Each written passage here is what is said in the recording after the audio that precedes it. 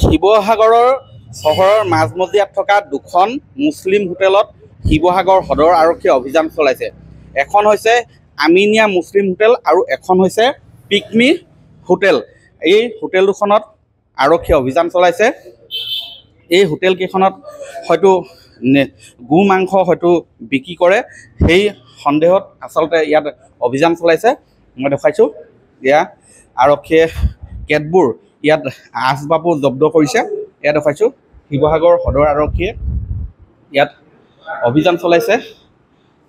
দীৰ্ঘদিনৰ পৰা এই হোটেল কেইখনত আচলতে বিক্ৰী কৰি আহিছিলে আৰু শেহতীয়াকৈ অসম চৰকাৰে তথা মুখ্যমন্ত্ৰীয়েও এক নিৰ্দেশনা দিছিলে যে য'ত হিন্দু ধৰ্মাৱলম্বী লোক কাষত বসবাস কৰে তাৰ কাষত আচলতে কোনো ধৰণৰ গো মাংস যাতে বিক্ৰী কৰা নহয়, সেই সন্দৰ্ভত নিৰ্দেশনা দিছিলে। আৰু আজি ইয়াত অভিযান চলাইছে। কিবা পাইছে নেকি? আছে হয় হয়, ইয়াৰ তেওঁলোকে উল্লেখ কৰিছে যে গো মাংস বিক্ৰী কৰা বুলি অভিযোগ উঠি আহিছিলে আৰু সেই সময়তে অভিযান চলাইছে। আৰু ইতিমধ্যে সদৰি কৰিছে যে তেওঁলোকে ইয়াত গো মাংস লাভ কৰা বুলি মানে তেওঁলোকে কৈছে।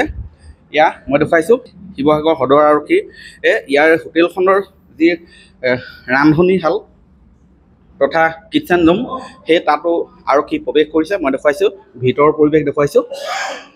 দীৰ্ঘদিনৰ পৰা আচলতে ইয়াত নিষিদ্ধ মাংস ইয়াত বিক্ৰী কৰি থকা বুলি অভিযোগ উঠি আহিছে। আমি সেই দৃশ্য নেদেখুৱাম, আমিও ইতিমধ্যে প্ৰত্যক্ষ কৰিছোঁ।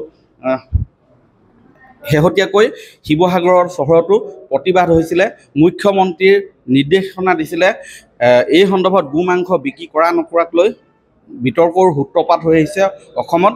আৰু আজি দেখা গৈছে এই দৃশ্য শিৱসাগৰৰ দুখন মুছলিম হোটেলত ইয়াত অভিযান চলাইছে আৰক্ষীয়ে। মই ইয়াত হোটেলখনৰ যি কাউণ্টাৰত আছে এগৰাকী দাদা, এখন আপোনাৰ হোটেল?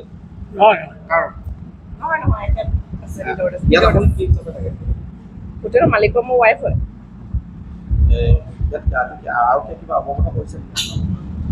নাই, তেওঁলোকে একো কোৱা নাই। এয়া মই দেখুৱাইছোঁ ভিতৰৰ পৰিৱেশ। মই দেখুৱাম শিৱসাগৰৰ চহৰৰ মাজমজিয়াত থকা আমিনিয়া মুছলিম হোটেল আৰু পিকমি নামৰ এই হোটেলখনত অভিযান চলাইছে। এয়া মই ভিতৰৰ দৃশ্য দেখুৱাম।